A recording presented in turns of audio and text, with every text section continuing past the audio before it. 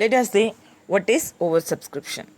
When the number of shares applied for is more than the number of shares offered for subscription, it is said to be oversubscription. So when the number of shares offered for the general public, the public can applied more than the offer, that is called oversubscription. So company offer பண்ண ஷேர்ஸை விட நம்ம அதிகமாக subscribe பண்ணியிருந்தா that is called as over subscription. This situation can be dealt with as per any of the following three alternatives. So this situation can be dealt by following three alternatives. First one, some applications are accepted in full and others are totally rejected.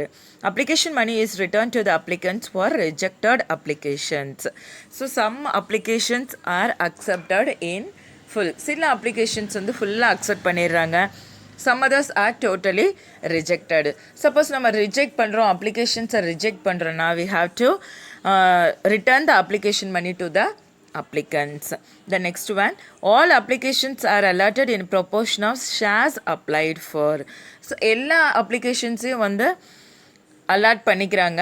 So எவ்வளோ proportionate ரேட்டில் அவங்க shares apply பண்ணியிருக்காங்களோ அந்த proportionate ரேட்டில் எல்லா ஷேர்ஸையும் allot பண்ணிட்டா that is called as pro rata allotment. Excess application money may be returned or may be retained for adjustments. Excess application money வந்து return பண்ணலாம், அப்படி இல்லைன்னா அந்த அப்ளிகேஷன் மணியை அப்படியே ரீட்டைன் பண்ணி that is utilised for allotment and call money. So அந்த excess application மணியை அலாட்மெண்ட்டுக்கும் கால் மணிக்கும் யூஸ் பண்ணிக்குவாங்க. That is a second alternative. Then third one, a combination of the above two may be applied. அப்படி இல்லைன்னா மேலே சொன்ன ரெண்டு ஆல்டர்னேட்டிவ்ஸையும் கம்பைனாக அப்ளை பண்ணிக்குவாங்க. ஸோ நார்மலாக ஓவர் சப்ஸ்கிரிப்ஷன் அப்படின்னா என்னன்னு பார்த்தீங்கன்னா, ஒரு கம்பெனி ஷேர்ஸ் இஷ்யூ பண்ணுறதை விட, அதாவது பப்ளிக்கு ஷேர்ஸை இஷ்யூ பண்ணுவாங்க, அவங்க 1,00,000 ஷேர்ஸ் இஷ்யூ பண்ணுறாங்கன்னா அதுக்கு மேலே நம்ம அப்ளிகேஷன் போட்டிருந்தா ஒரு 1,20,000 அப்படின்னு அப்ளை பண்ணியிருந்தா அதுக்கு பேர் ஓவர் சப்ஸ்கிரிப்ஷன். எப்போ தான் இந்த ஓவர் சப்ஸ்கிரிப்ஷன் நடக்கும் அப்படின்னு பார்த்தீங்கன்னா, எந்த கம்பெனி நல்லா ஃபினான்ஷியலாக சவுண்டு கம்பெனியாக இருக்குதோ, நல்லா ஃபினான்ஷியல் பேக்ரவுண்டோட நல்ல ரெப்புடேஷனோட இருக்கோ அந்த கம்பெனியில் தான் வந்து அதிகமாக பப்ளிக் வந்து இன்வெஸ்ட்மெண்ட் பண்ணுவாங்க. ஸோ அந்த கம்பெனியில் தான் ஓவர் சப்ஸ்கிரிப்ஷன் நடக்கும். Let us see the example for pro rata allotment. For example, AB Limited offers 10,000 shares to the public. The issue was heavily oversubscribed. It raises applications for 20,000 shares. So AB Limited 10,000 shares offer பண்ணியிருக்காங்க பப்ளிக்கு. ஆனால் public எவ்வளோ ஒரு application வந்து எவ்வளோ ஷேர்ஸை subscribe பண்ணியிருக்காங்க அப்படின்னு பார்த்தீங்கன்னா 20,000 ஷேர்ஸை சப்ஸ்கிரைப் பண்ணியிருக்காங்க. அப்போ இங்கே ஓவர் சப்ஸ்கிரிப்ஷன் இருக்குது. தி issue was heavily over subscribed. So இப்போ கம்பெனி என்ன டிசைட் பண்ணுறாங்கன்னா, when the company decides to allot the shares at pro rata basis. So pro rata basisல கம்பெனி வந்து ஷேர்ஸ் அலாட் பண்ணலான்னு முடிவு பண்ணுறாங்க. then it has to allot 10,000 shares to the applicant of 20,000 shares. So 10,000 ஷேர்ஸை வந்து allot பண்ணலாம். 20,000 shares வந்து receive பண்ணியிருக்காங்க, application receive பண்ணியிருக்காங்க. ஸோ 10,000 அலாட் பண்ணலாம் அப்படின்னு சொல்லி முடிவு பண்ணுறாங்க. அப்போ எவ்வளோ ரேஷியோ இருக்குதுன்னு பார்த்தீங்கன்னா 20,000 is to 10,000 அப்படின்னா 2 is to 1. So hence an applicant for 2 share will receive 1 share. So applicant 2 share போட்டிருந்தா அவங்களுக்கு 1 ஷேர் கொடுக்கலாம் அப்படின்னு சொல்லிட்டு முடிவு பண்ணுறாங்க. This is known as pro rata allotment. Hope you understand about what is pro rata allotment.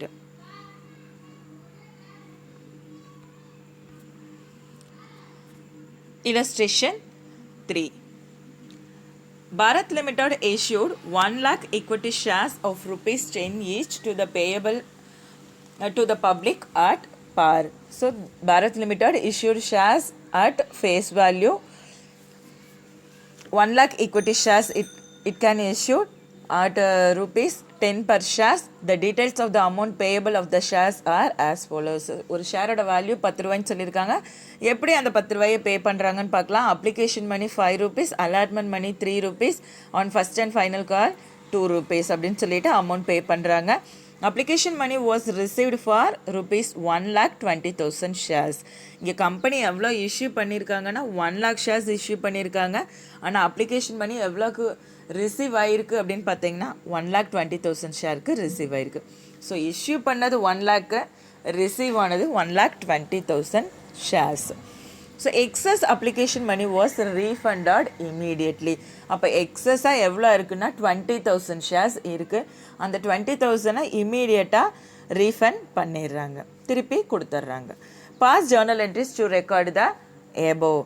Let us see how to do the journal entries for this from this information. So first entry we already know for application money received. Bank account debtor to equity share application account. This is a entry for application money received. So here we received application money for 1,20,000 shares. So எவ்வளோக்கு receive பண்ணியிருக்கோம்? 1,20,000 ஷேர்ஸ்க்கு application money receive பண்ணியிருக்கோம். So 1,20,000 into application money எவ்வளோ கொடுத்துருக்காங்க? 5 per share கொடுத்துருக்காங்க. So 1,20,000 into 5 we get 6 lakh. ஸோ அதை தான் டெபிட்லேயும் கிரெடிட்லேயும் 6 lakh என்ட்ரி பண்ணுறோம். ஸோ அப்ளிகேஷன் மணி ரிசீவ் பண்ணனா நெக்ஸ்ட் என்ட்ரி என்ன அப்படின்னு பார்த்தீங்கன்னா transfer of share application money to share capital. So first receive entry, அதுக்கப்புறம் ஷேர் கேபிட்டலுக்கு அந்த மணியை ட்ரான்ஸ்ஃபர் பண்ணக்கூடிய entry. That entry is equity share application account debtor to equity share capital account. Application receive பண்ணது 1,20,000 இருந்தாலும் நம்ம எவ்வளோ தான் அலாட் பண்ணுறோம்? 1 lakh ஷேர்ஸ் தான் அலாட் பண்ணுறோம். எக்ஸஸாக இருக்கிறத ரீஃபண்ட் பண்ணிடுறோம். அப்போ ஷேர் கேபிட்டலுக்கு எவ்வளோ ஷேருக்கு தான் வந்து அப்ளிகேஷன் ஷேர் கேபிட்டலுக்கு வந்து எவ்வளோ ஷேர்ஸ் தான் ட்ரான்ஸ்ஃபர் பண்ணணும்னா 1 lakh ஷேர்ஸ்க்கு தான் ட்ரான்ஸ்ஃபர் பண்ணணும். So 1 lakh into application money 5 rupees. So 1 lakh into 5 we get 5 lakh. இந்த 5 lakh தான் ஷேர் கேபிட்டலுக்கு ட்ரான்ஸ்ஃபர் பண்ணணும். தென் நெக்ஸ்ட் என்ட்ரி, நார்மலாக இந்த 2 என்ட்ரி தான் அப்ளிகேஷனுக்கு ரெக்கார்ட் பண்ணுவோம். ஸோ இங்கே அடிஷ்னல் இன்ஃபர்மேஷன் எக்ஸஸ் அப்ளிகேஷன் பண்ணி ரீஃபண்ட் பண்ணிட்டோம் அப்படின்னு இருக்குது. ஸோ அப்போ ரிஜெக்டட் அண்ட் ரீஃபண்டட் என்ட்ரி, ரிஜெக்டட்னாலும் ரீஃபண்டட்னாலும் சேம் என்ட்ரி தான். அந்த என்ட்ரி பார்க்கலாம். Equity share application account debtor to bank account, that is a third entry. அப்படியே ஜஸ்ட் ஆப்போசிட் ரிசீவ்க்கு என்ன என்ட்ரி போடுறோமோ அதுக்கு அப்படியே ஆப்போசிட் என்ட்ரி தான் வந்து ரிசீவ் பண்ணதுக்கு என்ன என்ட்ரி போடுறோமோ அதுக்கு ஆப்போசிட் தான் என்ன entry? Rejected entry. Equity share application account debtor to bank account. நீ எவ்வளோ ஷேர்ஸை நம்ம ரிஜெக்ட் பண்ணுறோம்? 20,000 ஷேர்ஸை ரிஜெக்ட் பண்ணுறோம். So 20,000 into application money 5. So 20,000 into 5 we get 1 lakh. அதுதான் டெபிட்லேயும் கிரெடிட்லேயும் ரெக்கார்ட் பண்ணணும். தென் அப்ளிகேஷனுக்கு என்ட்ரி முடிஞ்சு now we move on to share allotment entry.